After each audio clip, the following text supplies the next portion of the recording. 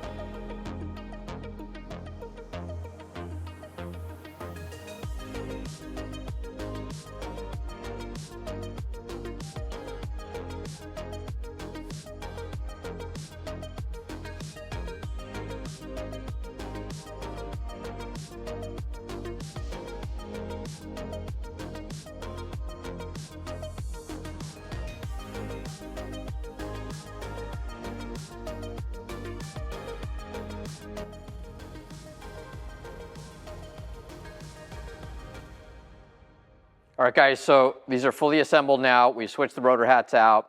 So if you guys do need to switch out your rotors because you need to replace them, now you know what to do. A couple things I wanted to note that you'll see in our B-roll, but these things alternate. So you've got a spring clip over here, and then you've got a Belleville spring clip over here. So you got a round one, and then you got this spring clip here. So they alternate. And then you also want to note that the torque spec is 7 Newton meters, so it's a very light torque spec, or 60 inches per pound. And that's pretty much it. You know, it's pretty quick to do. Doesn't take too long. Just make sure you do it in the right order.